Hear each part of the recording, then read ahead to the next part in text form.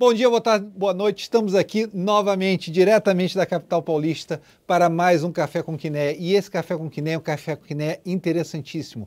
Lembra, um tema comum aqui no Café com Quinéia é a gente conversar sobre como melhorar o Brasil. Trazer pessoas do mundo empresarial, do mundo político, do mundo econômico, em que estejam interessadas, estejam trabalhando efetivamente em fazer do país um país melhor. Não reclamar, mas simplesmente mudar o país. E hoje nós temos aqui no Café com Quinéia um convidado que por mais de uma década tem trabalhado para melhorar o país, tá? Temos Radamés Casseb aqui, CEO, né, presidente da Aegea, uma das maiores empresas privadas de saneamento no país. Então esse mês vai ser um mês que a gente vai discutir extensivamente na Quinéia saneamento, hoje com esse Café com Quinéia e também com um insight especial que vai sair sobre esse tema de saneamento, que o conhecimento de uma pessoa como Radamés vai trazer para a gente aqui e a gente vai transformar isso num paper super legal para vocês. Lembrando para vocês, Quinéia, uma das maiores gestoras do país, a gente está acima de 120 bilhões de ativos sob gestão pela confiança que pessoas como vocês depositam na gente e que a gente faz o nosso melhor a cada dia de cumprir nossa responsabilidade e trazer os melhores produtos para vocês. Tá? Vamos lá falar agora para vocês do conteúdo que você pode achar nos sites da Quinéia, tá? Se você entrar em Quinéia Investimentos no nosso blog, no nosso Instagram e no canal do YouTube que você está assistindo esse vídeo, você vai poder achar, por exemplo, nossa carta do mês super interessante, tá? O Herói do Hudson, onde a gente fala de que tipo de aterrissagem você vai ter na economia norte-americana, fala das teses micros do nosso portfólio. Você vai ver lá nosso último insight do mês passado, Crime e Castigo, que a gente fala sobre os desenvolvimentos na economia chinesa, e você vai achar também nosso gestor, Rafael Oliveira, entrevistando o presidente da Copel, super interessante ali, e hoje a gente está estendendo nesse setor de utilities, tá? E hoje estamos aqui, eu, André, comigo, tá? Que vai falar também, vai fazer certamente o setor de infraestrutura aqui do Brasil, vai falar com a gente certamente, fazer as perguntas inteligentes para o Radamés, que conhece muito mais do setor do que eu conheço, e Radamés Casseb, tá? Presidente da Aegea. Para começar o nosso programa, e lembrando, a gente está hoje aqui pela primeira vez nos nossos estúdios novos aqui na Faria Lima, gravando para vocês desse novo background aqui que a gente criou e que a gente está bem orgulhoso de trazer para vocês. Logicamente, nosso programa é um pouco cacheiro viajante, ele visita muitas vezes o convidado onde o convidado está, onde quer que ele esteja no Brasil, mas hoje a gente está aqui nos nossos novos estúdios na Faria Lima. André, como de praxe, você tem a primeira pergunta do programa, se apresenta, por favor, para o nosso pessoal e vamos começar esse processo. Obrigado, Rui. Bom, obrigado, pessoal. Obrigado a todos. Meu nome é André Figueira, sou responsável pela prática de Private Equity e infraestrutura aqui na Quinéia. E hoje, como o Rui já falou, a gente tem o prazer enorme de receber o Radamés aqui, o Radamés que é CEO da Aegea, que é a maior empresa privada de saneamento do Brasil. E a gente tem a honra de ser sócios da Aegea em uma das suas principais operações, que é a Corsan. Então, a Quinéia viu o seu fundo de Private Equity e infraestrutura, tem uma sociedade com a Aegea na Corsan, empresa que a gente adquiriu transação fechou em meados do ano passado, e agora a Aegea está fazendo um trabalho espetacular lá de gestão daquela empresa. Rada, eu queria pedir para a gente começar esse programa com você falando um pouquinho da sua história. Como é que você chegou até esse cargo de CEO da Aegea? A gente, enfim, seria um prazer ouvir de você. Legal. Primeiro, poxa, obrigado pelo convite. É um prazer estar com a Quinéia, Rui, André. Prazer estar aqui, falar para o seu público um pouco mais sobre saneamento. Se a gente acabar exagerando um pouquinho, vai me cutucando, porque falar de saneamento é um negócio super empolgante para a gente.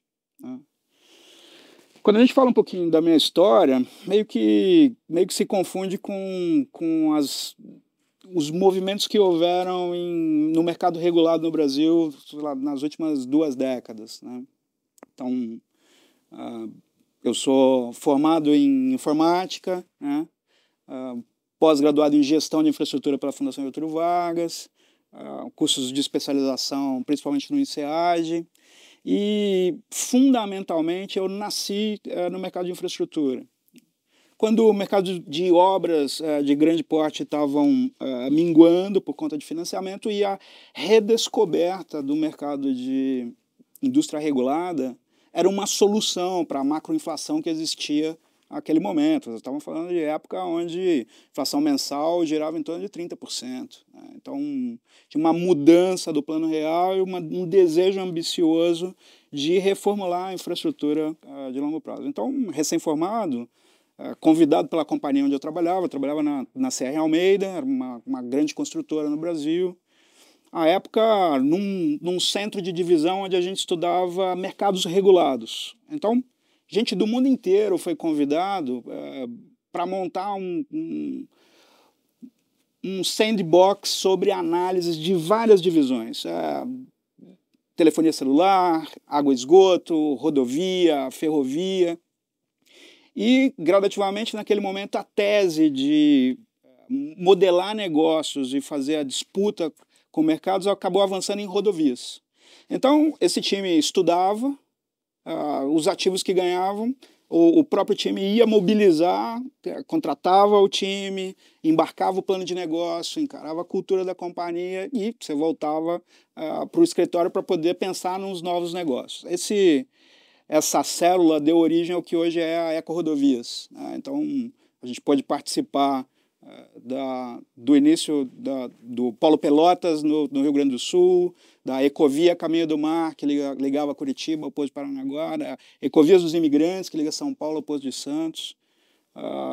Jornada de mobilização intensa e na medida em que essa nova companhia estava sendo criada, tinha uma busca por performance instalada nesse negócio. Quer dizer, porque você precisava fazer hedge na geração de fluxo de caixa, você precisava criar um nível de performance baseado em automação principalmente, que não existia no serviço público até então. E, putz, meu background em tecnologia, eu falei, poxa, aqui é o meu laboratório, né? Então, como é que a gente faz um sistema de billing automático? Como é que você bota radar para poder ler com OCR as placas? Como é que você faz pesagem dinâmica?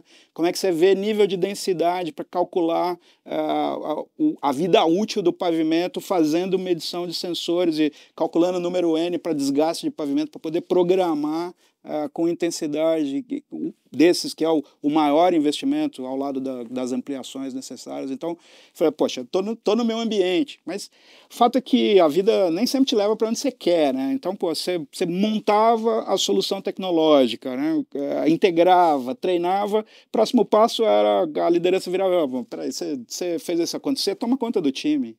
Né? Então, em pouco tempo, eu virei o responsável pela operação desses grandes ativos ainda em rodovia, sei lá, por 7 anos, 8 anos, né? Prioritariamente aqui na Ecovias dos Imigrantes, né? Cuidando do planejamento, dos serviços de atendimento aos clientes, do serviço de emergência, do planejamento de billing efetivo, né? Segurança da receita e tal. Esse movimento culminou com um momento onde o Brasil abria outros mercados. Né? Então, eu fui convidado pelo Grupo Equipave, nos idos de 5, para ajudar, de novo, numa passagem. A Equipave, que é uma empresa familiar, que opera no mercado há mais de 65 anos, está na segunda geração, num momento de passagem para a terceira geração em algumas famílias, né, que olha a infraestrutura de longuíssimo prazo. Estava, poxa, vamos olhar o mercado de infraestrutura. Eu tive o prazer de ser convidado junto com outros amigos para formar um núcleo de infraestrutura regulada. A partir daí a gente, sempre em rodovias, né, começamos com concessões no estado de São Paulo, no interior. Gradativamente isso originou a aquisição de novos projetos, Brasil afora. Então, 3 concessões de rodovias no Rio Grande do Sul, a primeira PPP do Brasil em Minas Gerais. E aí, nesse momento, o mercado abriu uma oportunidade que era empresas internacionais que estavam desinvestindo no Brasil, estavam vendendo ativos de saneamento. E, poxa vida, mercado de regulação, de saneamento era uma coisa super incipiente, estava super no começo. Mas marcadores do contrato davam uma aderência à regulação de rodovia. Quando você alia isso com um modelo de gestão, com core cultural para poder aplicar a equipe na geração do melhor resultado da prestação de serviço público, poxa, tem aqui alguns key drivers importantes, né? esse processo fez com que a gente pudesse fazer a aquisição dessas companhias. Era Campo Grande, a capital do Mato Grosso do Sul, uma cidade à época de 700 mil habitantes. Águas de Barcelona era o operador. Região dos Lagos, lá no Rio de Janeiro, Búzios, Cabo Frio, São Pedro da Aldeia, operado por Águas de Portugal. Então, lá nos idos de 2007, ao lado da divisão de rodovia, a gente pôde comprar os ativos, implementar o time e começar essa jornada de investimento em saneamento. Longos anos de aprendizado, porque a dinâmica do processo desse negócio, ela ainda é romana. Você lida com decantação de água para poder tratar. Tudo bem, tem polímeros, alguma coisa de químico nesse processo, mas ainda é muito engenharia romana. E do processo de ampliação da prestação de serviço, nós estamos falando de sepultamento de tubos, de maneira mais simplista. Ou seja, tem aqui uma necessidade de ampliar a oferta de serviços, provendo o avanço da infraestrutura em redes de coleta e distribuição de água com grandes estações de tratamento de água ou de tratamento de esgoto para devolver esse material como oportunidade nos mananciais. Então, ali com duas divisões, né, rodovia e saneamento, que, sei lá, esse momento foi até 2010, onde a Equipave decide dar foco ao processo de água. Tinha uma visão naquele momento sobre o mercado, ou seja, o mercado de saneamento era enorme. Hoje é enorme, lá atrás é maior, né? Então, poxa vida, vai faltar player nesse mercado, vai faltar uma coleta sobre qual é a nova fronteira da eficiência a aplicar nessa indústria. A regulação estava amadurecendo, então tinha também uma construção regulatória a ser feita de consenso, fazer os deparos das várias indústrias correlatas para atrair os melhores benchmarks, as crises vencidas em outros setores, e prioritariamente rodovia, da onde a gente vinha. Então, dava para encurtar a trilha de entendimento de qual era a melhor maneira de gerir esses ativos. A partir daí nasceu a EGEA. Quando você olhava para um mercado, né, que hoje aponta para uma demanda de investimento só com a ampliação, na casa dos 900 bilhões de reais, 5.400 municípios, dos quais metade da população não tem acesso a esgoto, 40 milhões ainda não tem acesso à água. Poxa, isso aqui é um mercado, né? Mercado enorme, modularizado. Então, a construção da carreira veio muito com esses movimentos de abertura de mercado, André. A EGEA hoje com 13 anos, né, depois desse movimento de tomada de decisão corajoso dos acionistas, né, de dedicação do time, da equipe básica ali envolvida nesse negócio, de construir, selecionar as pessoas, construir a cultura, né, está aberto ao entendimento de novos processos que complementariam o modelo de operação nesse setor. Foi a jornada de autoconstrução durante esse período. Quando a companhia nasce, em 10, meu papel era ser o diretor de operações. Então, lembra, éramos em 3 colegas, né? Falava, poxa, um cuida do mercado, um cuida do corpo de acionistas, e sobrou quem vai tocar a empresa. Falei, sobrou para mim, deixa que eu toco, né? E dentro do programa de sucessão da companhia, fez com que eu esteja ocupando essa posição de CEO da companhia desde 19, final de 19. Então, a gente vem aprendendo junto com o setor, aprendendo junto com esses movimentos e podendo levar o nosso modelo de operação, que amadurece a cada dia, para hoje, para os mais de 31 milhões de clientes, né? 14 estados, mais de 507 cidades hoje em operação no Brasil. Nessa jornada de aumentar o ecossistema de parceiros, e aqui muito feliz pelo nosso investimento no Rio Grande do Sul. A Corsan é a primeira privatização do setor. Todos os outros modelos de negócio até então eram ou concessão plena, ou subconcessão, ou parceria público-privada. Acho que a coragem dos acionistas aí da Quiné em confiar nesse olhar da aplicação do nosso modelo de negócio para transformar não só economicamente o investimento, mas para também deixar um legado socioambiental com a mudança da companhia. Jornada que a gente está super feliz de estar junto. Cara, super legal. Tipo assim, só ressaltar o público que está escutando, vocês entraram nisso quando hoje saneamento é um assunto que é debatido, né, amplamente. A gente está falando de privatização da Sabesp, tudo, o marco do saneamento. Mas vocês começaram ali quando não existia esperança no setor, né? Vocês começaram quando ninguém falava daquilo, né? Vocês foram absolutamente pioneiros nisso e é o que a gente falou no começo do programa, né? Pioneiros em mudar o Brasil. Mas, Radamés, você podia dar alguma visão para o público que não é conhecedor do setor, de qual é o tamanho do problema do saneamento no Brasil? Porque, na verdade, a gente está escrevendo um papel sobre um paper sobre saneamento e em algumas medidas apareceu no paper que o Brasil é pior que a Índia em saneamento. Qual é o tamanho do problema? Rui, tem um monte de estudo feito por especialistas falando das externalidades e consequências sociais da falta de saneamento, coisa que a gente, de certa forma, evita falar e esconde no diálogo responsável. Então a gente acaba escondendo. Tudo bem, acho que hoje o saneamento está na moda, ele está na conversa, mas os temas críticos de verdade não estão nessas conversas, né? Então você imagina que para começar essa jornada de falar do real problema, né? Quando a gente fala que 40 milhões de pessoas não têm acesso à água, a gente não está levando em conta das que têm água, que estão no conjunto dos que têm água, que recebem água uma vez a cada 15 dias, que recebem água uma vez por mês, que tem que encher 2 caixas d'água, ou que tem que sair da sua casa para poder pegar água para fazer higiene, né?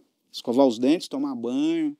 Boa parte dessa população sem água ou com água precária está sujeita a um conjunto de doenças com consequências drásticas, principalmente para as crianças. Então, quando parte desses estudos dão a dimensão mais agressiva da falta de saneamento, que não está nas nossas conversas, que a principal formação das crianças está entre o seu nascimento e os 6 anos de idade.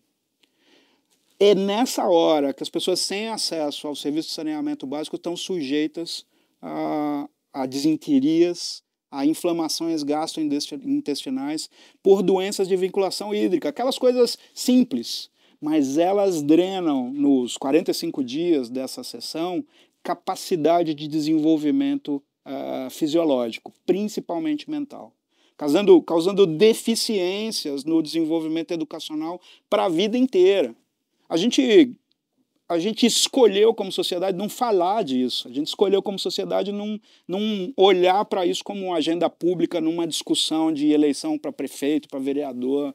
A gente escolheu olhar para demandas de infraestrutura que acabaram ganhando atenção, tudo bem, pela sua relevância econômica, vamos construir estrada, vamos levar energia, mas o saneamento ficou, porque não dava voto, porque ficava debaixo da terra, esquecido.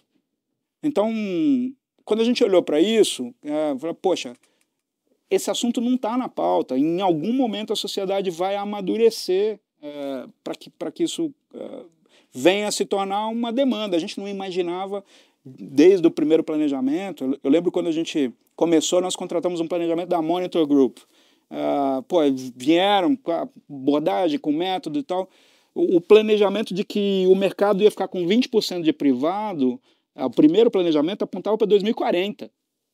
Os key drivers de motivação e tal eram outros tais de que a cadência de investimento ou de contratação para a alocação desse capital para universalização ia demorar muito. Quer dizer, nós estávamos falando aqui de uma jornada de 100 anos para universalizar.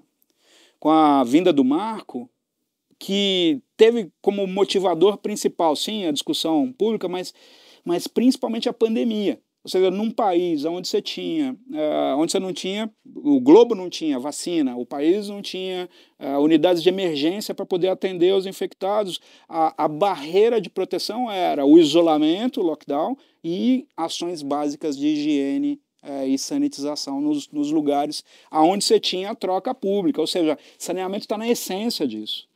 nos lugares onde a gente pôde estar, o processo de suporte às comunidades, as comunidades mais distantes, onde a prefeitura não tinha serviços para entrar, a companhia, né, a empresa de águas, a EGEA, pôde bater na porta e ser a extensão do serviço público, ajudando a população, ajudando o cliente nesse momento. Então, assim, quando vem uma pandemia, e os futurologistas falam que elas serão mais frequentes, né, quando vem epidemias, como está acontecendo com a dengue, como aconteceu com a zika, as propagações de doenças de vinculação hídrica, elas causam danos estruturais, tanto para a economia das cidades, como para as famílias, de décadas.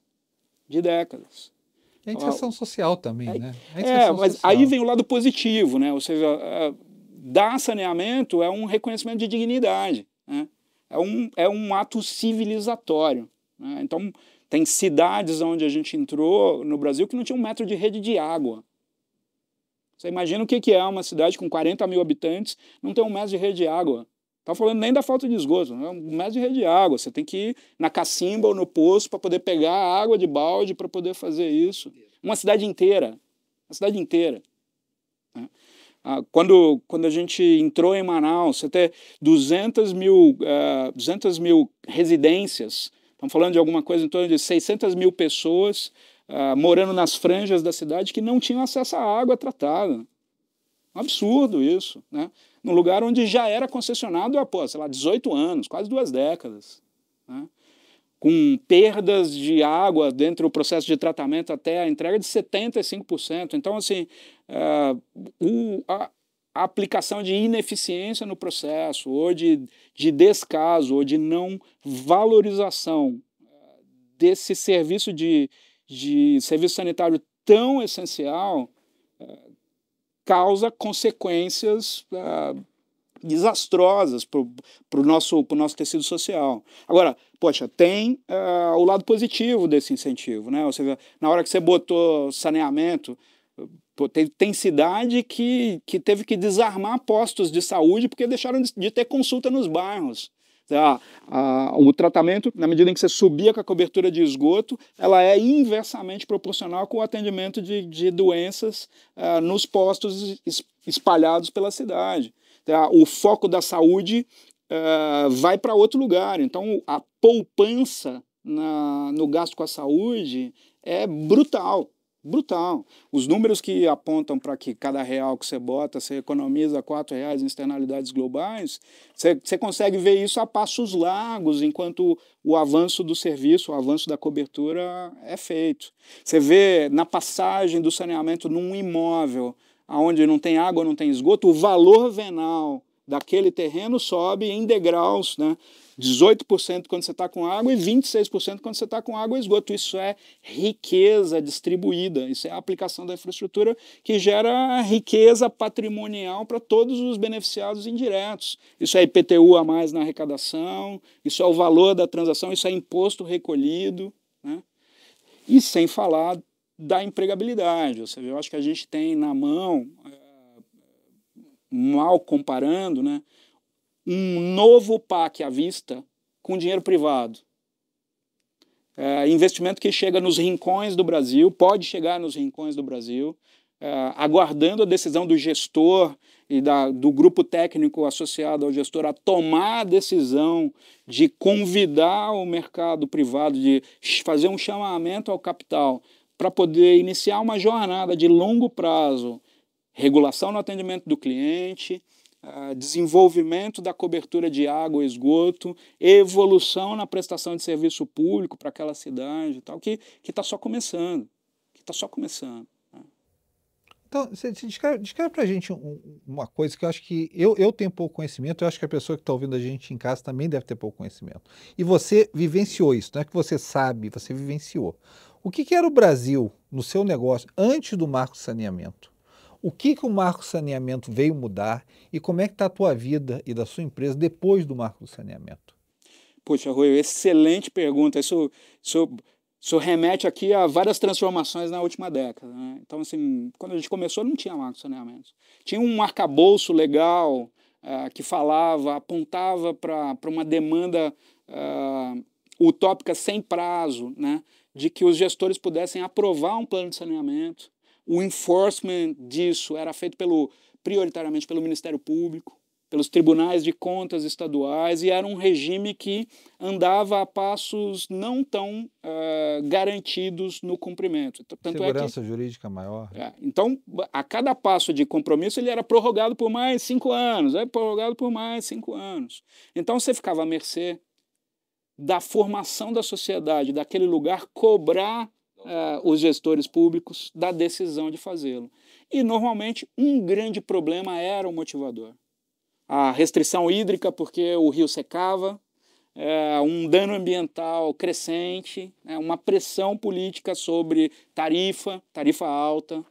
Todos esses grandes inputs faziam com que a população fizesse a pressão social. Quer dizer, a nossa democracia evolui sempre quando tem uma conscientização, principalmente dos formadores de opinião. A responsabilidade nossa de transformar o Brasil, não só no saneamento, mas em todas as fronteiras onde a gente precisa evoluir. Esse gestor, que normalmente tinha uma formação, background em medicina ou ciências humanas com um entendimento mais amplo dessa externalidade estrutural, com uma visão de longo prazo, optar por fazer um programa de saneamento era mais simples. Então, a demanda de originação de projetos era mais lenta. Então a gente passou, dos últimos 13 anos, os primeiros 5 anos, o mercado crescia 0,5% ao ano. Então eram pequenas e médias cidades, normalmente cidades do centro-oeste, onde você tinha um PIB per capita muito alto, uma infraestrutura lá embaixo, um nível de educação alto, o agronegócio puxando uma demanda de infraestrutura por escolas, por água, por esgoto, por energia elétrica e tal. Então, essa força social fez com que muitas das cidades do Centro-Oeste, Mato Grosso do Sul, prioritariamente, tomassem a decisão de ser pioneiros no Brasil como modelo de gestão pública. Quando veio o advento do Marco, o Marco construiu uma visão de ambição declarada para o Brasil. E ele fez, talvez, a principal mudança, Rui, foi fazer um engajamento social amplo. Então, a sociedade organizada do Brasil se colocou em discussão com o Congresso e com o Senado, junto com os seus representantes, por uma demanda, num momento de criticidade de saúde por conta da pandemia, numa deficiência do Estado em hospitais, em logística e atendimento, mas, poxa, tem algum passo que a gente precisa dar, né? A aprovação do Marco fez com que empreendedores, né, financiadores, bancos, fundos, gestores de capital de maneira estruturada olhassem para aquilo como uma grande demanda contratada. Então, o Marco ambiciona e declara lá que é obrigação nossa universalizar até 2033. Tudo bem, ele deixa uma janela, caso a gente não consiga 33, para 40. Aqui entre nós, se ele for em 50 ou 60, vai estar muito bom para o Brasil também. A gente vê alguns estados tomando decisões corajosas de avançar no processo de universalização do saneamento, a decisão do governador no Rio Grande do Sul de tentar um IPO primeiro, né, André, e o mercado meio que resistiu a esse negócio e tal. O IPO não teve condição de ir à frente, mas rapidamente o Estado, junto com a Assembleia Legislativa, junto com o Tribunal de Contas, a sociedade organizada do Rio Grande do Sul, os agentes políticos em carga naquele momento, tomaram a decisão de, poxa, então vamos fazer uma privatização. O que não pode a gente ficar de costas para esse gap sanitário. No Rio Grande do Sul você tem 18% de cobertura de esgoto, com uma demanda de dezenas de bilhões para poder fazer a cobertura dos serviços. Só que Rio Grande do Sul é um estado com capacidade técnica instalada. Então, hoje você tem cidades de pequeno e médio porte no Brasil que não têm essa capacitação técnica ao ponto de montar um edital, de criar os instrumentos para aprovar na sua Câmara de Vereadores a economicidade de fazer próprio ou de trazer uma parceria público-privada, uma concessão, ou um instrumento qualquer que viabilize entrar o capital e fazer essa transformação. Então, tem uma jornada de que muito como símbolo, né, processo de gravidez, né, de fecundação da ideia, de gestação, da preparação de um projeto, e a partir daí o desenvolvimento e o amadurecimento dele, que é quando uma criança nasce. O BNDES foi, sei lá, desde a aprovação do marco, o grande ator que liderou esse movimento, ou seja, eles constituíram lá, o time, à época constituiu lá, é um movimento que vem um pouco mais antigo, desde a época da Maria Silvia como diretora do banco, mas constituíram uma fábrica de projetos. Essa fábrica de projetos foi junto a governadores, né, a gestores públicos corajosos. Essa modelagem, do início da modelagem à publicação do edital, para os contratos que saíram, durou em média 7 anos, ou seja, uma gravidez demorada até nascer o filho. Boa parte desses leilões saíram no momento onde a condição macroeconômica e a discussão pública sobre o marco criava uma predisposição de entendimento para quem estava a meia distância do setor de que, poxa, agora você tem um arcabouço de risco regulatório menor e diminuindo, porque ele apontava também para a criação de uma agência de referência federal, que pudesse orientar a formação de agências subnacionais num alinhamento na mesma direção. Então, o investidor se sentiu mais confortável de dar um passinho para frente nessa demanda. Então, o cara olha, poxa, tem 900 bi de demanda, eu posso fazer isso numa empresa pública ou numa empresa privada, eu estou atrás de governança, estou atrás de redução de risco regulatório, estou atrás de modular ou de conhecer melhor a regulação para ter previsibilidade do meu investimento de longo prazo. Então, o marco do saneamento, aquele momento, do meu ponto de vista, o principal momento foi deixar, a principal entrega foi deixar um legado de entendimento de que a causa é importante. Botar números e datas de ambição para a universalização. A gente, como sociedade, discute muito, público ou privado, né? E normalmente entre público e privado, mas na cadeira do cliente tem pouca gente defendendo o cidadão, né? Qual é a família que não quer resolver o seu problema sanitário, né, mais cedo? Você falou um tema, Rada, que talvez seja pouco apreciado pelo público em geral, que é o desafio de se colocar de pé um processo, um projeto bem estruturado, né? Que muita gente fala do marco de saneamento, que deu as diretrizes, mas pouco se fala do processo que é você estruturar bem um projeto que vai a leilão, que vai a mercado, trazendo os incentivos corretos para atrair o capital privado de forma eficiente. E é um projeto de longo prazo, né? Como você falou, e o BNDES teve um papel assim, fundamental nessa máquina de projetos de colocar um framework, né, de uma matriz de risco que pudesse atrair esse capital privado.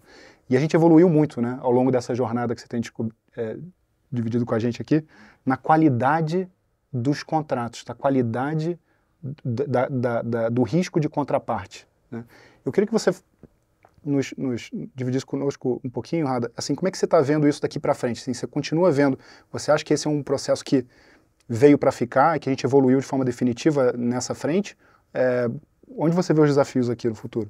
Então, quando a gente olha a demanda, né, tem muito município, tem muita casa nas cidades à espera de ter contratado o responsável por aplicação desse cabal. Tem muita casa ainda. São vários países europeus dentro do Brasil à espera de uma solução de infraestrutura. Do ponto de vista de originação, de modelagem, dá gosto de ver como cidadão, né? Você vê um organismo como o BNDES aprendendo, retroalimentando, aplicando o capital humano de quem está lá no serviço público, incorporando os aprendizados a cada edital, a cada contrato, a cada roadshow, escutando e fazendo essa conversa com os investidores, mundo afora, né? Onde está o risco? E isso volta para a política pública como um amadurecimento. Isso é bonito de ver como cidadão, né? Agora, o mesmo sucesso também é gargalo, porque recursos finitos. Então, a máquina de projetos no BNDES tem uma capacidade N de geração de projetos. Cadê outras fábricas de projetos? Então, Cadê outros multilaterais? Cadê a área de infraestrutura estruturante para poder garantir que esse aprendizado seja replicado com mais frentes de trabalho? Cadê soluções que destravariam aqui o processo de funding, né? Instrumentos, a evolução de instrumentos de funding e ambicionando, né, de amadurecimento de private finance em cima desses ativos para que a questão do balanço não fosse a restrição para empresários que acreditam no Brasil, né? Então, tem dilemas estruturantes que, eu acho que não tem volta, né? Mas quando você olha as restrições, poxa, eu vejo aqui com ambição de que dá para melhorar, tem um espaço para melhorar, né? Como é que a companhia ficou depois do marco, Rui? Poxa vida, eu estava falando isso com outros colegas essa semana, lembrando um pouco do passado, né? Quando os primeiros projetos que saíram depois do marco foi Alagoas, né?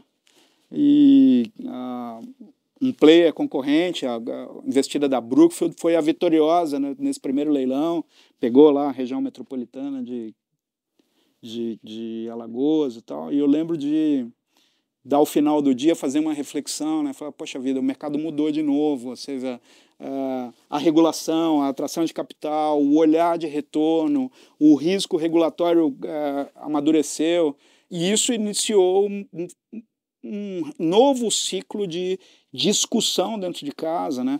Primeiro com o arcabouço de acionistas, né? Nesse momento Equipave e GIC, né, sócios da companhia, e a reflexão poxa, isso aqui será, né, a transformação para uma plataforma de investimentos. Então, como é que é o modelo de posicionamento da companhia? A companhia desenvolveu uma gestão de conhecimento regulatório sem precedente no mercado, e muito mais pela quantidade de erro, a gente errou muito mais do que todo mundo, né? Quando você opera 500 cidades, você está errando toda hora, então se você transforma esse erro em aprendizado, poxa, o teu nível de acerto vai aumentar exponencialmente. Tem muita curva de aprendizado para o novo gestor, que vai demorar 3, 4 anos, que, poxa, na montagem de um negócio novo, com certeza a gente não vai ter. Tem um modelo de negócio que impõe não só um regime de infraestrutura, de obra, de contratação, mas de interação com a sociedade através da gestão da licença social, de diálogo com a sociedade organizada, de vetor de discussão de longo prazo, com mitigações para a matriz de risco escrita e não escrita dessa relação público-privada em 30 anos. Imagina um casamento de 30 anos, né? Tem dilemas ali que, quem casou 3 vezes, 4 vezes, já entra na bola de maneira diferente. Quem casou 500, né? 500 prefeitos, 500 câmaras de vereador, né? 500 futuros vereadores, 500 ex-vereadores, entendeu? Então, tem um aprendizado intrínseco. Então, poxa, para onde a gente vai? Poxa, vamos ampliar o ecossistema de investimento e predispor esse modelo de operação, né? Essa gestão de conhecimento angariada em prol de junto com os parceiros, construir uma jornada de legado socioambiental para os lugares, remuneração do capital, reforçando assim o vértice. Isso originou a parceria com a Kinea no Rio Grande do Sul, isso fez em 21 com que a Itaúsa entrasse no grupo de investidores da EGE. Isso fez com que a disputa em Águas do Rio, né, pudesse pagar naquele momento, de Selic a 2,40, né, 15 bilhões de investimentos, dos quais 13 já estão pagos, né, e gerasse esses projetos transformacionais no Brasil, né. Então, eu diria que a gente está contente por ter redescoberto um jogo que se joga com mais gente, com fortalecimento desse modelo, com a ampliação do ecossistema de parceiros que acreditam no saneamento, que querem deixar legado, numa jornada de longo prazo, né? Assim, para colocar a coisa, eu acho bem interessante para as pessoas em casa escutarem o lado prático das coisas, né? Você falou, você não tem só o conhecimento teórico, você tem a prática de tantos anos, né? E recentemente você pegou o Rio de Janeiro, que não é uma cidade fácil. Bom, eu sou carioca, amo a minha cidade, mas eu devo dizer que minha cidade, do ponto de vista de infraestrutura, não é uma cidade fácil, né? E você pegou uma região difícil. Dá para você dar alguns exemplos para a gente do que foi o Rio de Janeiro que você encontrou, o que você tem transformado no Rio de Janeiro e qual é a ambição? Claro, claro que sim, Rui. O Rio é o tipo de projeto que todo mundo almeja na carreira, né? Então eu lembro que quando o edital saiu, fiz a ligação para alguns colegas, falei, pô, tô precisando montar um grupo, tá no meio da pandemia, tô precisando montar um grupo para estudar o edital. Pô, nós vamos ter pouco tempo, a turma, pô, peraí, posso estar lá amanhã. Não, mas peraí, deixa eu te contar o que é. Não, pô, posso estar lá amanhã. Não, mas eu quero estar lá, pelo menos para ajudar o estudo. Depois a gente vê o que a gente vai fazer. Pô, com isso a gente mobilizou. Eu lembro a época a gente fechou um hotel e transferiu gente do Brasil inteiro, mais um conjunto de assessores que trabalham, especialistas que trabalham com a gente em linhas de desenvolvimento interna, e ocupamos o hotel durante a pandemia com o quartel-general do desenvolvimento do estudo. Putz. A gente virou o Rio de Janeiro do avesso, né? Quando eu me senti seguro, eu falei assim, poxa, agora está na hora de chamar os acionistas aqui para fazer uma visita, né? Aí você, pô, traz lá o pessoal de Singapura, né? Traz a Itaúsa, traz a equipa, bota todo mundo dentro de uma van, né?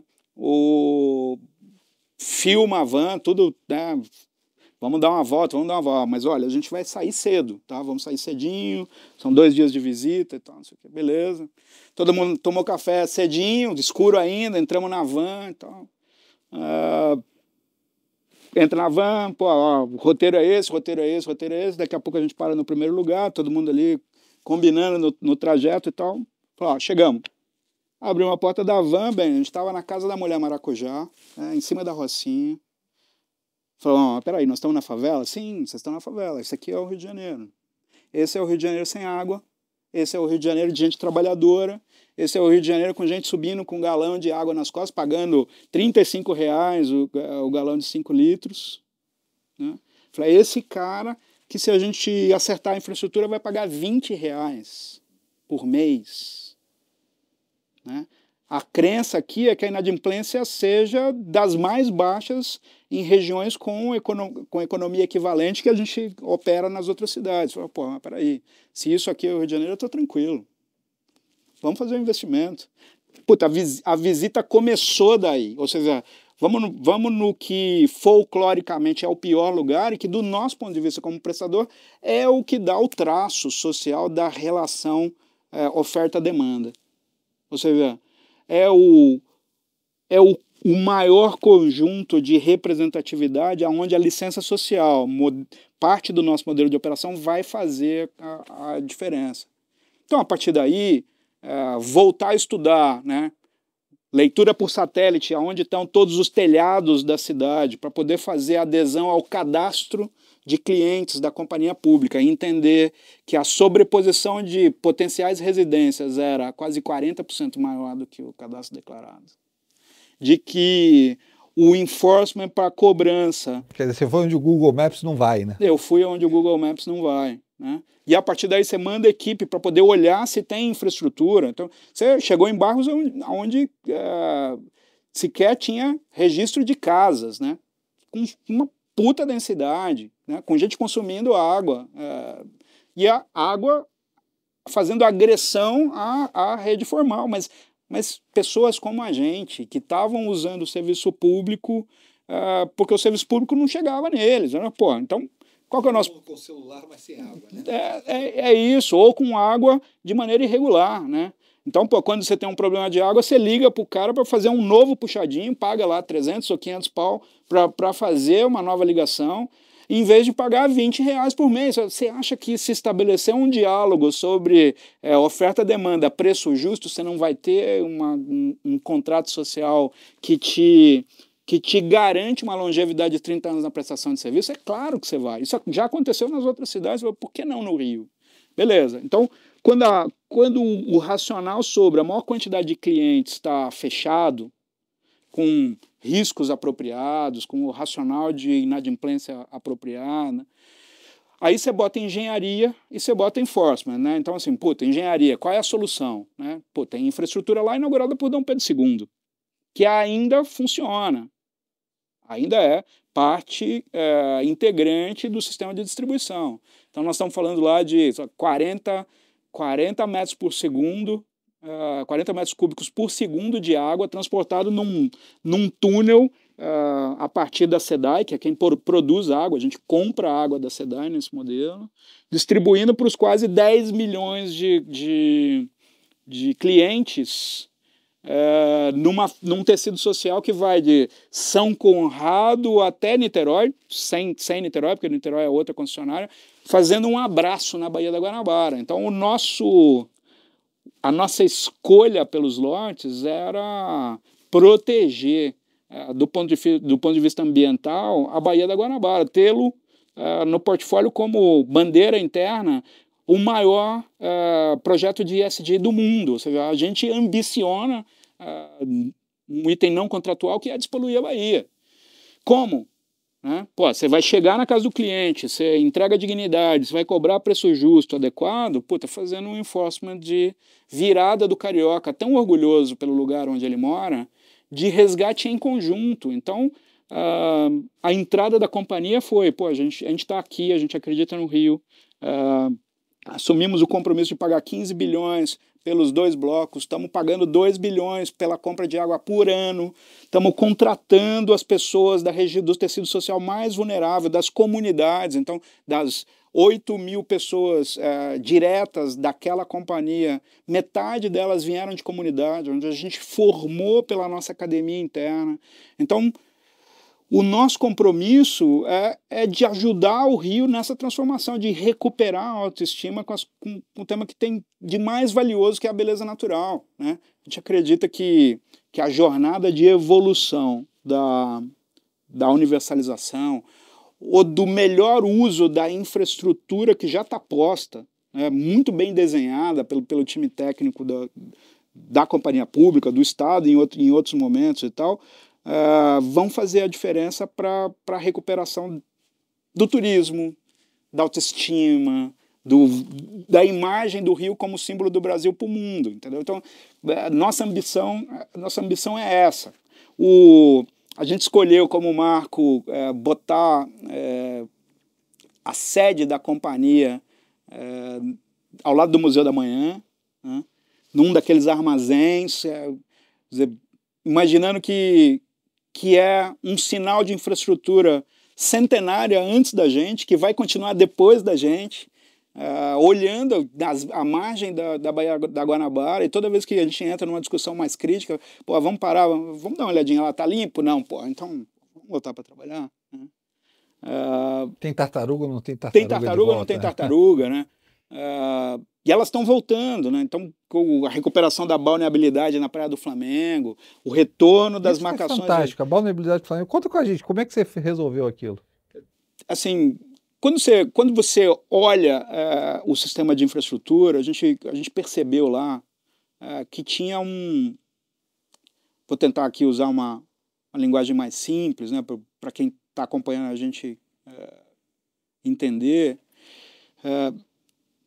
Quando você sai do Santos Dumont, né, e vai rumo à Zona Sul, né, atravessando o aterro do Flamengo, Botafogo, Nossa Senhora de Copacabana e indo até Ipanema, né, pelo litoral, a gente, na época do estudo, tinha percebido que tinha um túnel. Você imagina 2 caminhões, um túnel que permite com que 2 caminhões andem lado a lado, dois caminhões, furgões, andem lado a lado. Esse túnel passa embaixo dessas avenidas. Eles estavam sem manutenção, Rui, há 45 anos. Então, 2/3 dessa seção era gordura petrificada. A gente teve que entrar nesse túnel, quebrar com um rompedor e tirar essa gordura, tirar o sólido dessa gordura para levar para aterro sanitário. Conceitualmente, na nossa maneira de ver, ele é um cinturão de proteção. Então, grandes canais, grandes rios que tinham que ainda têm ligações irregulares de esgoto, Botafogo, Maitá, Catete, que caíam na margem desde a Marina da Glória até a enseada de Botafogo, né? 3 rios que canalizavam esse esgoto irregular, despejavam diretamente no corpo hídrico. O que a gente fez? Pô, essa infraestrutura limpa, pô, os rios vão para cá e vamos levar o esgoto para o tratamento no lugar que tem que ser. Né? Emissário submarino e tal, pô, com todo o regime. Limpo, esse cinturão de proteção também faz com que as línguas negras sumam. Então, a gente vem acompanhando essa mudança de clima, de aumento de temperatura e a ocorrência de chuvas concentradas com alta densidade em momentos curtos. Elas pressionam os aparelhos de drenagem e fazem com que esse excesso de água transborde para as praias. Então, pô, teve um benefício secundário que foi fazer com que esse cinturão protegesse também, criasse um fusível para garantir que as praias não fossem afetadas. Então, nós estamos há 2 anos lá sem incidência de línguas negras, com a balneabilidade do Flamengo, pô. E uma praia linda. Linda. O apelido lá para quem frequenta é Santos Dumont. Era Caribrejo, né? Tá mudando, né? Não, é lindo, a praia é bonita mesmo. E ficou com uma água caribenha ali, ficou com uma água clarinha. Então, muito orgulhoso dessa jornada. É claro que até então nós estamos fazendo, frente ao grande programa de ampliação, né? Investimos 1,5 bilhão até agora, nesses últimos 2 anos, mas são arranjos críticos para solucionar o problema de quem não tinha água, daquela franja que pô, a água era irregular, ia a cada 15 dias, era o problema da perda de água. Quando a gente entrou, a perda de água no Rio de Janeiro a 75%. Estamos atuando, ela hoje está em torno de 50%, tem muita jornada para fazer ainda, muito investimento para vir ainda, numa água que tem custo anual em torno de 2 bilhões de reais, ou seja, a companhia paga para a SEDAI 2 bilhões de reais por ano para essa água, das quais metade dessa água se perde. Ou seja, a busca por eficiência é uma obsessão dentro dessa companhia. Né? Crente aqui que a jornada de ampliação de esgoto, de incorporação das pessoas por meio da tarifa social, ou seja, o contrato lá, a regulação lá apontava para que o remédio tarifário para engajamento do cidadão nessa jornada cliente-consumidor fosse numa orientação de 5%. A companhia, no seu plano de negócio, pressupôs ampliar isso por 5 vezes. Por 5 vezes. Né? Hoje nós estamos a 4, convertendo e incentivando com que a população faça a adesão aos sistemas de infraestrutura e, ao final desse ano, a gente começa com o início do avanço da cobertura, ou seja, de esgoto. A jornada, que é uma jornada de 7 anos, né, a gente acredita que nos próximos 4 vamos enxergar aqui transformações surpreendentes no Rio de Janeiro. Surpreendentes no Rio de Janeiro. Talvez seja válido dizer, né, André, pensando aqui, que talvez a EGEA seja a empresa mais ESG do país, né?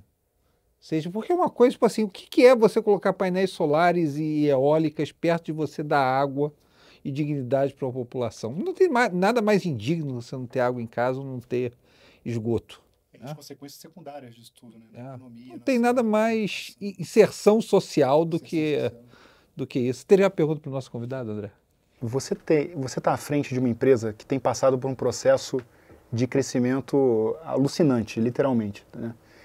Eu queria que você explicasse um pouquinho para a gente como é que você faz a gestão das pessoas, da cultura. Quem conhece a empresa sabe, e aí, Rui, meu depoimento aqui, a EGEA é uma empresa que tem uma cultura muito forte e você vai percebendo que as palavras que o Radamés usa aqui são replicadas em toda a estrutura da empresa, do chão de fábrica até ele, os mesmos termos, a maneira de pensar, a maneira de agir.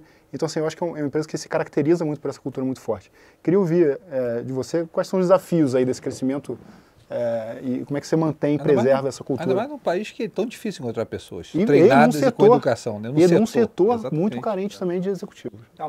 Muito legal isso. Mas eu fico aqui pensando nos vários exercícios que a gente fez e continua fazendo sobre como é que perpetua modelo, como é que continua aprendendo. E a gente, durante um período, André, tentou procurar, pegando ajuda de gente que entende disso, né, e pesquisas internas e tal, o que nós somos, o que é os nossos talentos e tal. Então, como é que a gente traduz esse sentimento que está permeado e tal. Então, tem um negócio, tem uma cola, tem um grude que nos une. O profissional que entra na companhia diretamente ou associado, ele que é o que está acontecendo com a Quineia, né? Quer dizer, você cria uma conversão porque tem um propósito muito parecido. Né? Você tem um conjunto de valores e um propósito parecido, as pessoas se reconhecem, se colaboram. Né? E o dialeto de ângulos diferentes sobre o mesmo prisma, ou sobre prismas diferentes sobre o mesmo objeto, vão se ajustando, como se fosse um ajuste de uma visão 3D do desafio. E um vai aprendendo com o outro. Então, essa linguagem nos vários Brasis fizeram com que, nesse desenho sobre propósito, a gente também pudesse desenhar talentos. Então, a gente brinca que a gente é mestres em brasicidades, está em vários lugares, ajustar o mindset com aquela população e tal. Mas acreditar na mesma coisa, né? Ter um negócio além do resultado, além do bônus, ou seja, você vai deixar legado, você vai poder falar para o teu filho, para tua mãe, para tua esposa e tal, eu contribuir com essa mudança e tal. É um negócio que move todos os colegas, todos. Né? Então, a turma de campo, quando vai para campo, ele vai querendo transformar o mundo, né? Vai querendo resgatar aquele déficit. Então, esse ajuste tem muito mais com a mesma ambição é o motivador desse ajuste cultural. Agora, as várias mobilizações vão, eu diria, fazendo o alinhamento desse propósito, né, dessa cultura. Né? Os erros, e eu não estou brincando, a gente errou muito, a gente continua errando e tal, tem uma obsessão por aprendizado. Então, cada erro, cada situação crítica vira lá um laboratório, vem gente de fora que documenta, isso vira case na academia, você rebate o argumento que deu certo, rebate o argumento que voltou. Então, o trainee, o coordenador que passa a ser gerente, o gerente que passa a ser diretor de negócio, carrega a experiência celular dos colegas nessa jornada, ou seja, está todo mundo meio contaminado com esse aprendizado coletivo da companhia. Então, é por isso que quando você anda pela empresa, você parece estar falando com a mesma pessoa. Né? Isso é por conta do propósito. O desafio de crescimento, né? A vinda do Rio, o avanço no Ceará, a Corsan, e tem motivado o avanço dessa discussão de como é que propaga a cultura, como é que amplia, como é que cresce. Quer dizer, o nosso coeficiente angular aqui na formação de trainees e amadurecimento até virar um gestor é inferior ao coeficiente angular do crescimento. E a janela de crescimento vem e você não controla. Espera aí que eu ainda estou formando gente para poder... Né?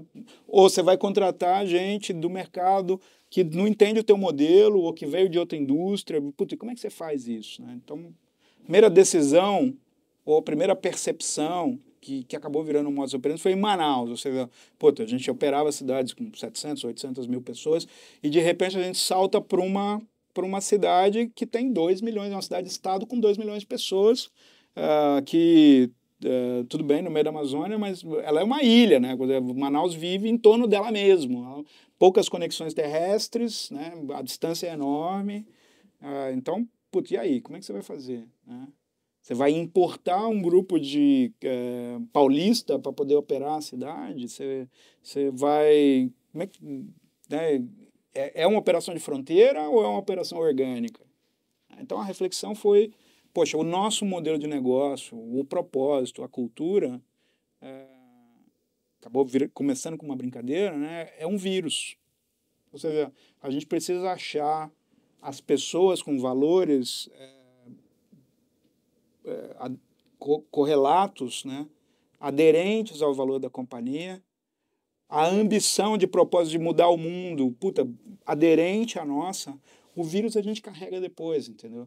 Então, com isso, a gente foi criando equipes híbridas e tentando definir qual era a célula-tronco mínima garantida no momento de entrada para que a cultura fosse propagada com a maior intensidade.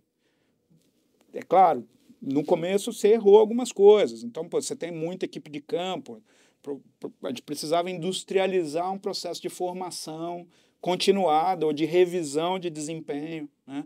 Entrar com as métricas de desempenho para cada time, entrar com o enforcement de planejamento a cada trimestral. Na companhia, você olha, você entra com os 30 anos planejados, né? E a cada 3 meses, você faz o que a gente chama internamente de rolling forecast, olhando a mudança de cenário e reprojetando os 30 anos, a cada 3 meses. Então, o conjunto de variáveis críticas que guiam esse negócio estão na cabeça de cada um. Elas são, dependendo do ativo, elas variam entre 20 e 35, para cobrir todos os aspectos críticos da companhia. Sabendo que por 2 ou 3 você sabe para onde que o condão está indo. Então, do trainee ou do coordenador típico, o cara olha, entende a companhia inteira, atua no seu lugar considerando para onde que a companhia vai, comunga com um todo na nossa rotina de encontros anuais, para onde está a ambição da companhia, onde estão os riscos da companhia, o que a gente aprendeu durante esse ano, o que a gente não quer fazer ano que vem, e isso vai se retroalimentando como se fosse um organismo vivo, né?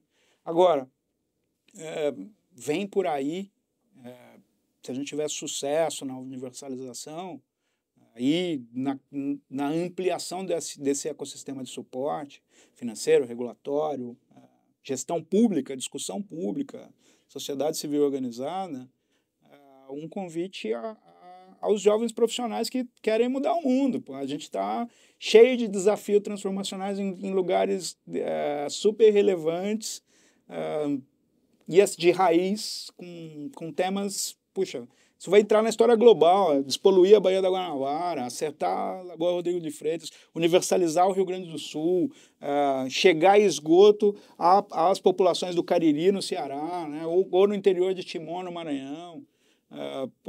Isso são histórias que vão fazer parte da construção desse mercado. Quando alguém estudar esse mercado daqui a 50 anos, são essas pessoas que vão fazer a história. Então, isso é um convite para que os jovens talentos, jovens, velhos, né, que se aproximem da gente e nos ajudem nessa jornada de amadurecimento.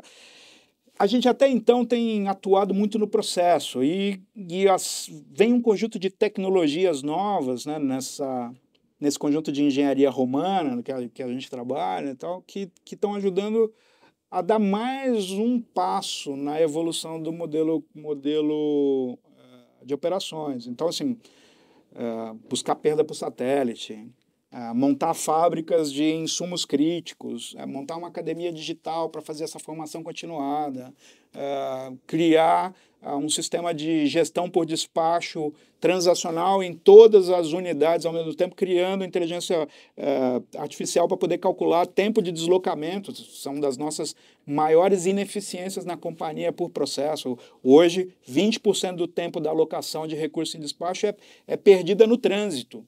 Então, calcular as rotas de deslocamento, organizar que vai resolver um problema, do agente de campo resolvendo os problemas, né?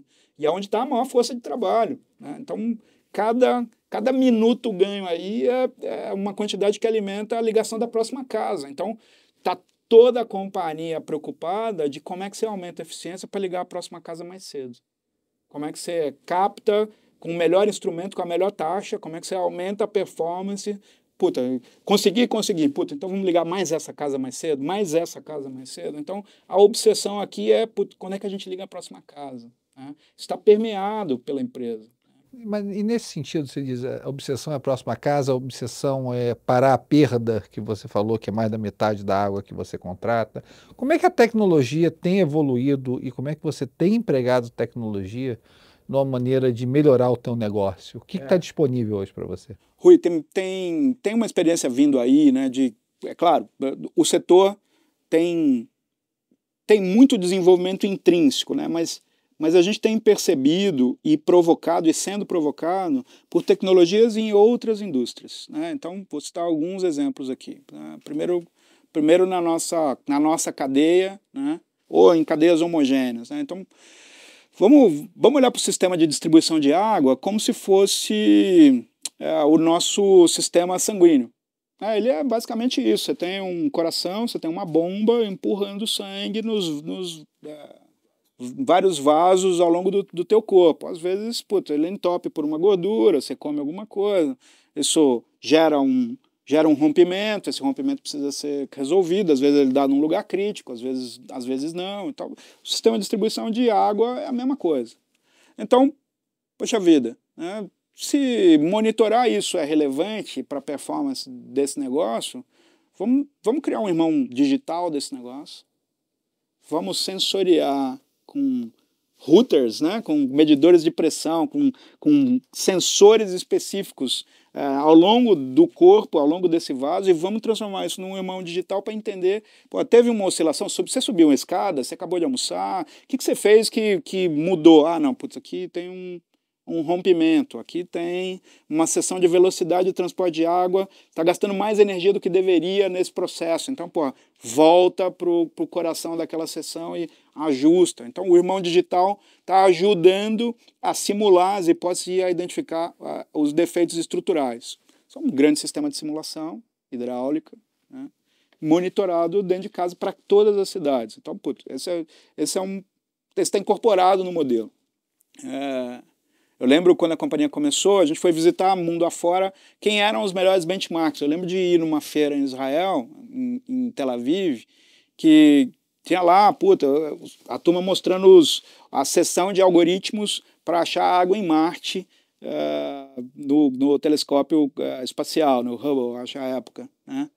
Eu lembro do comentário, o camarada, você nunca imaginou buscar água na Terra? Olhou para mim e falou assim, tá doido, né? Falei, não, deixa eu te explicar, né?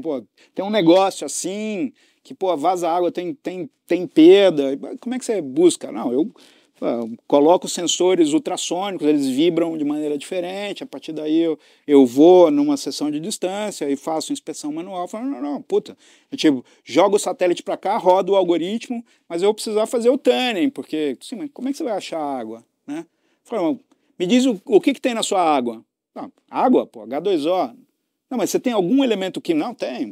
Trato, tem sulfato, tem polímero, tem... Não, isso aí eu pego.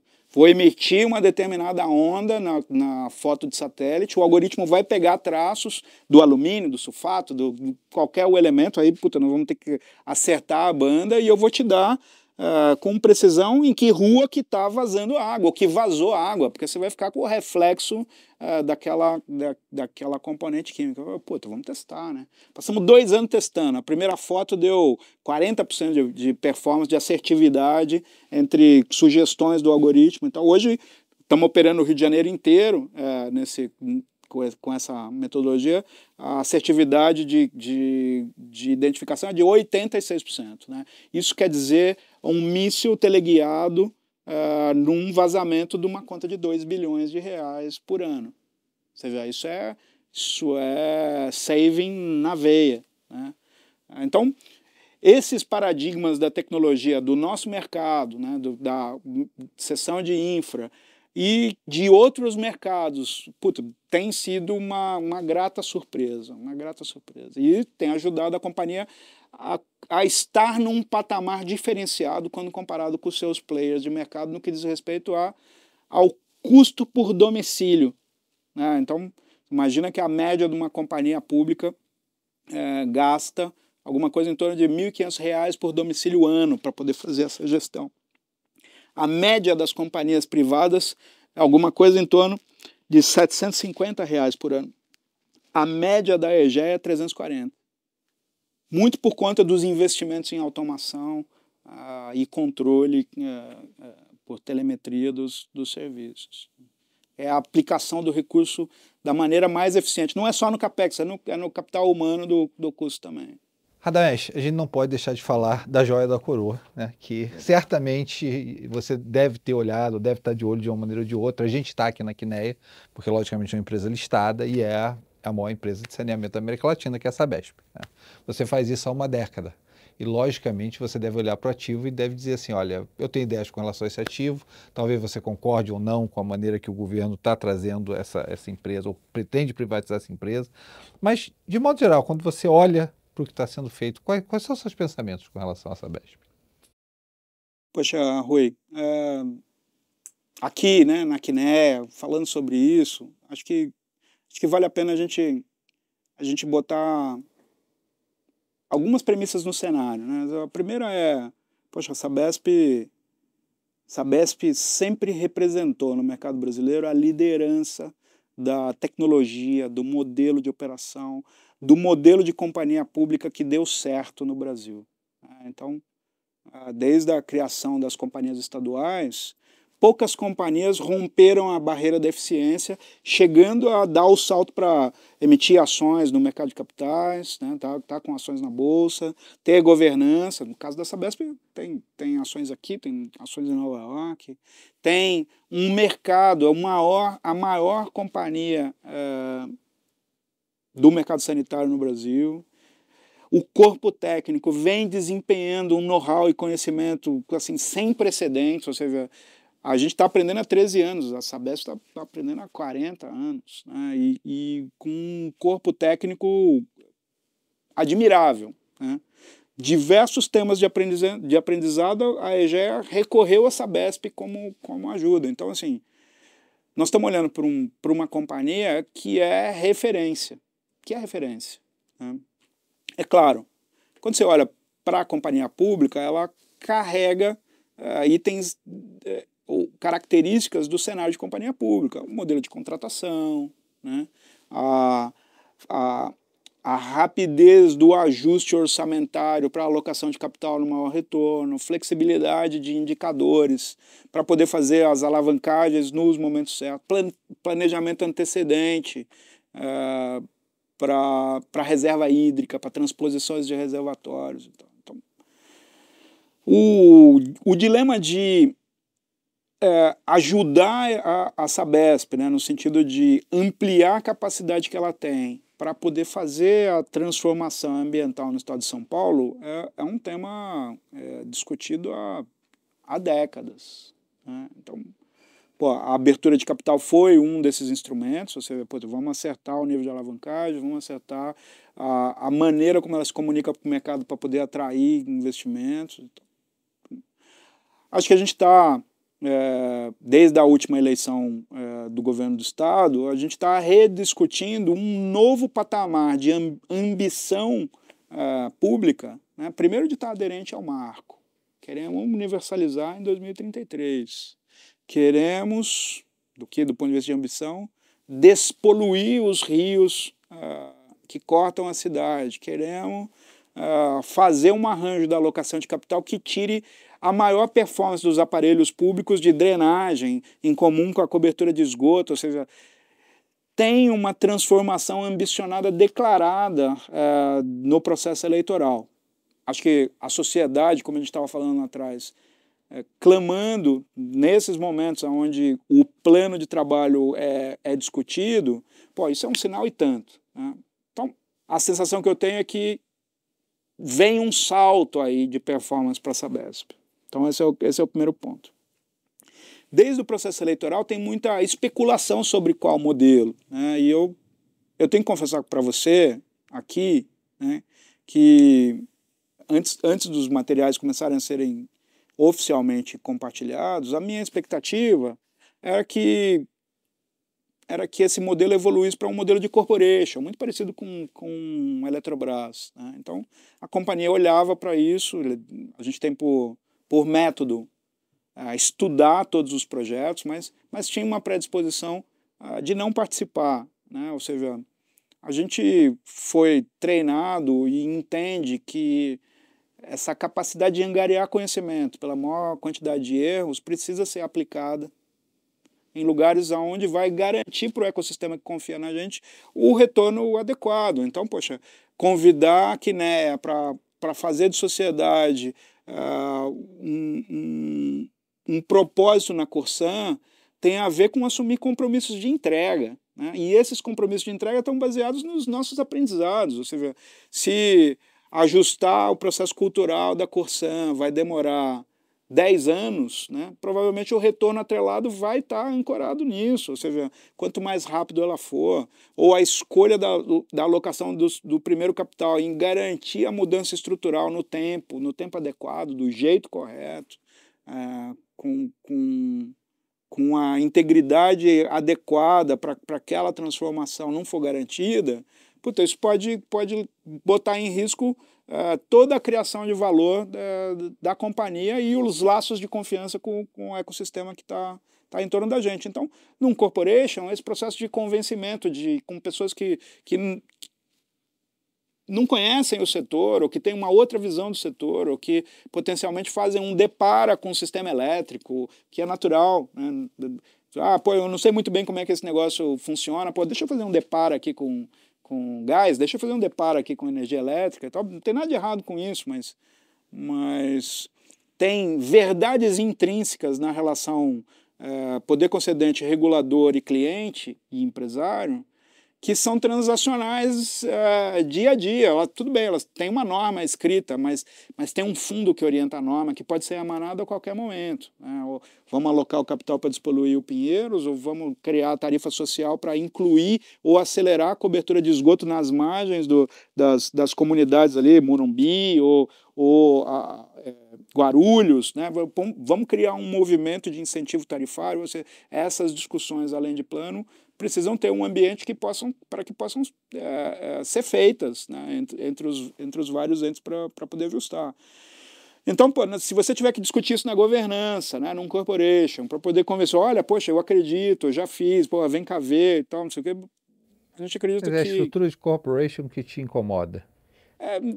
Me incomoda porque o modelo da companhia sempre foi atuar numa concessão plena, ser o controlador. Não é o natural, não é o seu DNA. Não é o natural, a gente não tem aprendizado nisso, né? Aí, pô, nós vamos começar uma curva de aprendizado logo na Sabesp, né? Não faz sentido, né?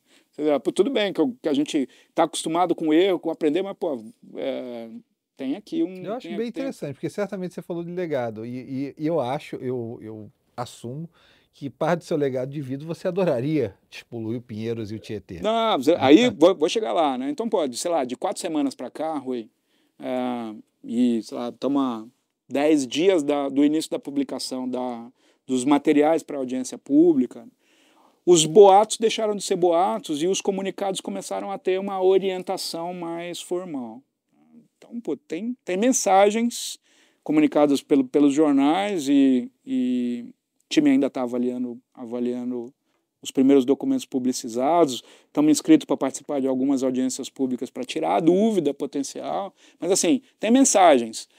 Poxa vida, o acionista vai ser um acionista de referência, né, no mínimo 15%, né, e nós queremos esse acionista por mais tempo aqui, sinalizado, sei lá, um lock-up de 5 anos, eu acho pouco. Acho pouco também.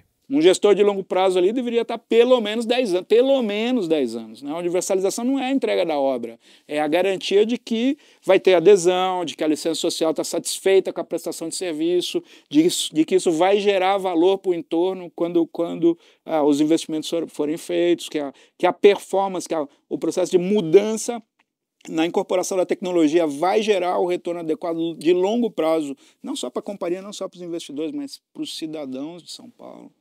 E São Paulo é um mercado enorme ainda, né? Ou seja, a Sabesp é um ativo e o governo do estado está desenhando o mercado que está fora da Sabesp. Então, provavelmente, quem entrar na Sabesp já vai ter um mercado equivalente à Sabesp para poder concorrer logo na sequência e tal. Então, quando o governo do estado começa a mandar mensagens, né, que apontam para uma direção de não corporation, ou pelo menos do meu entendimento, não corporation, eu quero um acionista de referência, eu quero alguém que contribua com a direção da companhia, eu quero que esse cara fique aqui mais tempo, eu quero poder criar um arcabouço de externalidades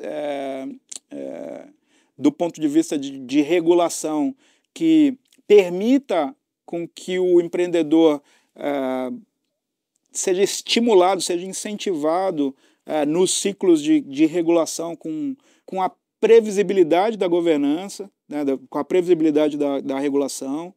Ainda não tem muita informação sobre governança, como é que vai ser os direitos do sócio e tal, mas isso aponta para um sócio onde a gente pode se encaixar, né? Então, quando essa mudança aconteceu, eu falei, peraí, pode ser que tenha um sentido, pode ser que a gente possa contribuir com isso da maneira adequada. Não tem por que a gente não estudar. Então, discussão dentro de casa, vamos estudar. Vamos botar todo mundo em outro hotel. Exatamente. Vamos alocar o time, né? Vamos trazer nossas melhores competências para a mesa, para formar uma densidade de opinião. Essa densidade de opinião, ainda vai ser confirmada pelos acionistas e tal, mas vai começar a ser compartilhada com o nosso ecossistema mais próximo de investidores, parceiros, né, financiadores, para ver se essa ideia cria consistência. Mas esse ativo, Rui, poxa vida, assim como o Rio de Janeiro vai deixar um legado, né, São Paulo vai iluminar. Aí eu acho que não tem volta mesmo o movimento de universalização do Brasil, né?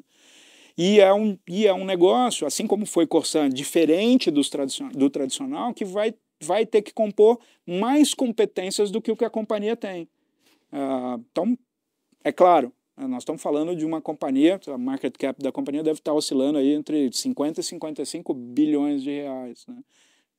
Vem crescendo aí nas últimas semanas, acho que muito pela expectativa e tal. O stake que vem a mercado, é uma transação portentosa, né? Acho que não é uma Eletrobras do ponto de vista de movimentação de aplicação, mas está quase lá, né? Então, governança, relação com o Estado de São Paulo, o ajuste da licença social, a capacidade da alocação de capital, de influência pela cultura ou pela técnica no corpo de profissionais talentosos, reforço, que existem hoje na companhia, ou seja, é uma estratégia diferente, né? Então, vai requerer um arcabouço tanto de capital quanto de competências diferentes do que a companhia tem, né? Então, estamos na fase do estudo, mas você tem toda a razão. Acho que eu estou muito fácil de ler, né? Eu adoraria despoluir o Pinheiro. Lógico que adoraria. Do seu legado, eu tenho certeza, eu vou torcer por você nesse processo. A gente está chegando quase aí mais de 1h20 de programa, a gente tem que fechar. Você pode fazer uma pergunta para ele, André? Eu queria fechar, Rada, dando a oportunidade da gente falar um pouquinho sobre a Corsan, né, que é a empresa que a gente tem uma sociedade lá no Rio Grande do Sul. Foi uma transação também super relevante para a EGEA, uma empresa que passa por uma transformação. Então, queria ouvir um pouco de você, a sua visão em relação à empresa, o futuro. Claro. André, eu sou um apaixonado pelo Rio Grande do Sul, sabe? Dos lugares onde a gente andou, eu acho que lá é o lugar que mais desafia o empresariado. Tem uma cultura forte, o cliente é um cliente exigente, né? As discussões são super densas, as opiniões são intensas, né? Então, poxa, eu acho que o Rio Grande do Sul, assim, até pelo aspecto cultural da aguerrida, né? É provocador, né? Então, quando esse processo começou, isso está lá, está nos primórdios, a sociedade se organizou. A gente, enquanto companhia, já tinha operado no Rio Grande do Sul, né, em outros setores, e sempre a gestão pública, a sociedade civil organizada com questionamentos, poxa, essa pressão, aquela pressão, a tarifa do pedágio, o preço da energia, né? Esse é o primeiro projeto que eu vi onde o governo, a sociedade civil organizada, né, a Assembleia, o governo do Estado, o Tribunal de Contas, mudaram a Constituição do Estado. Eles mudaram a Constituição do Estado para fazer a operação. Eles aprovaram por ampla maioria em 2 sessões na Assembleia Legislativa. Eles tentaram fazer um IPO, fizeram todo o processo e tal, para fazer um IPO. Infelizmente, as condições de mercado não deu certo. E, na sequência, fizeram a privatização. Isso é firmeza de propósito. Então, assim, começa daí, ou seja, a decisão do projeto é um pacto da sociedade civil organizada do Rio de Janeiro. pô, isso me inspirou. Puta, esses caras vão ser sócios nossos, né? Então vale a pena colocar o dinheiro, porque esses caras quando brigam, eles brigam, mas quando eles concordam, eles estão juntos com você até o final. Então, puta, vale a pena. Vamos ver como é que a gente organiza.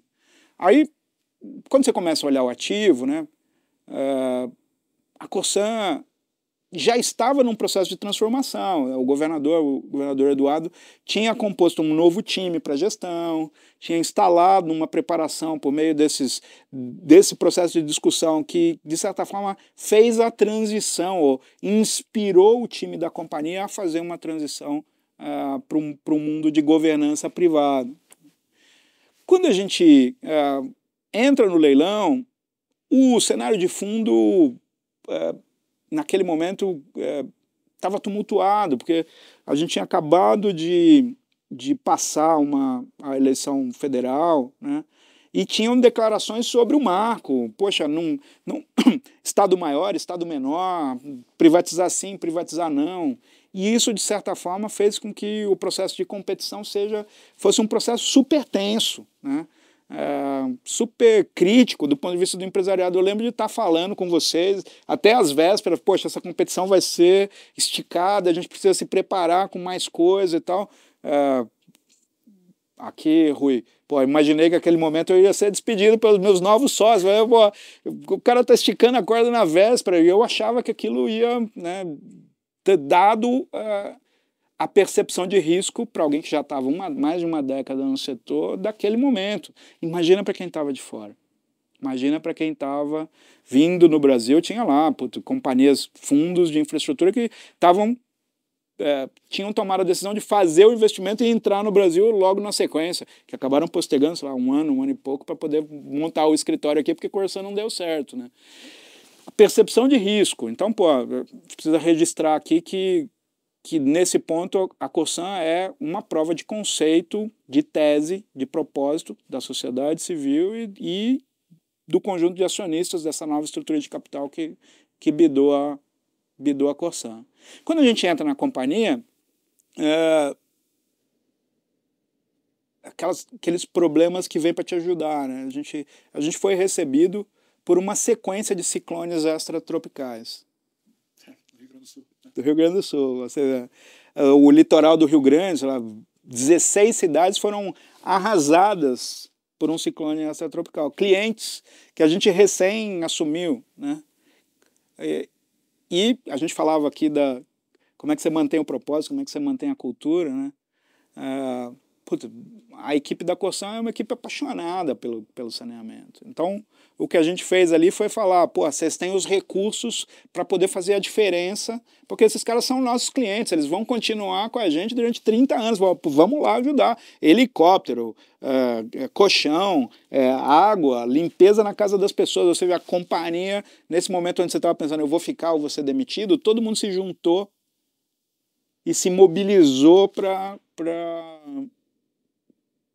ajudar o cliente, que é o nosso modelo de comportamento para garantir a licença social nos lugares onde a gente atua. Então, a gente fez o kick-off num sistema de tensão, né?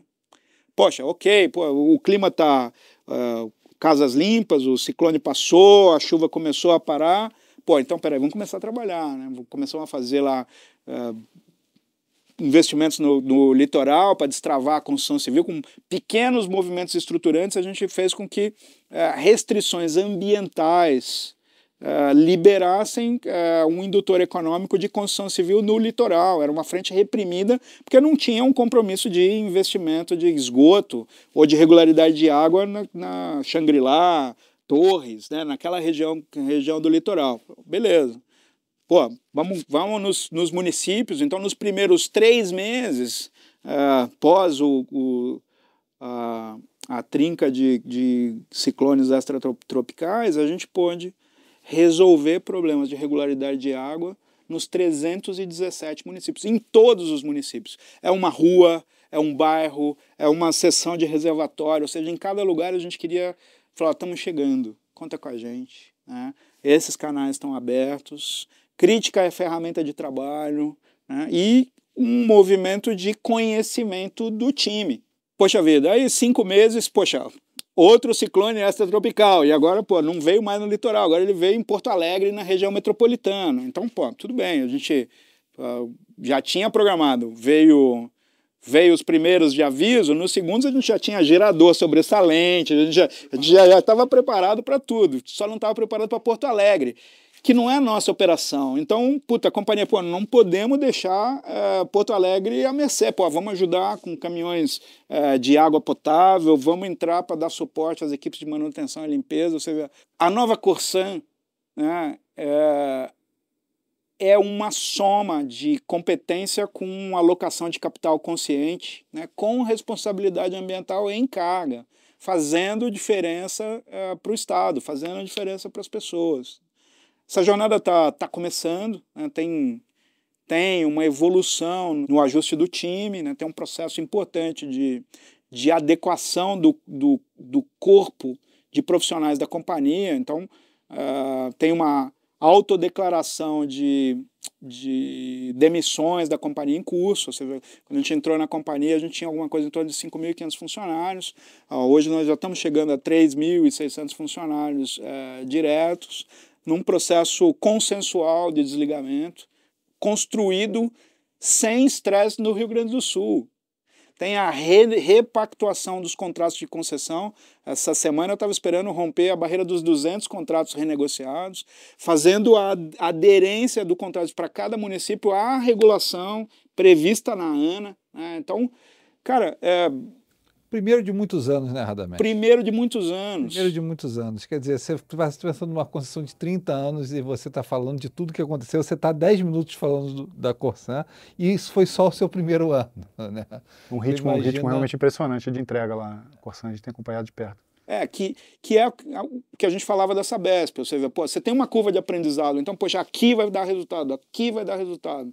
Você já sabe aonde é a melhor sequência, os movimentos subsequentes para garantir a maior geração de valor. Esse é o aprendizado, né, da alocação do capital. Eu vou ficar com um pouco de medo de ir no Rio Grande do Sul depois de tanto ciclone subtropical. Mas eu achei a história fantástica. Radamés, você foi certamente um dos nossos convidados mais interessantes aqui no Café com Quineia. Na última hora e meia, eu tenho certeza que eu e o André, a gente aprendeu enormemente com você.